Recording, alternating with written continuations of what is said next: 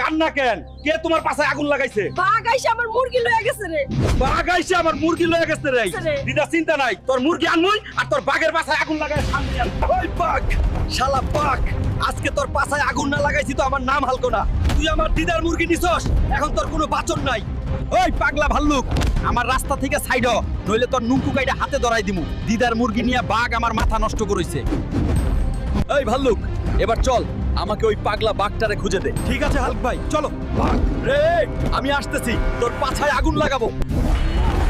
এই বাঘ, তুই কি দিদার মুরগি খেয়েছিস?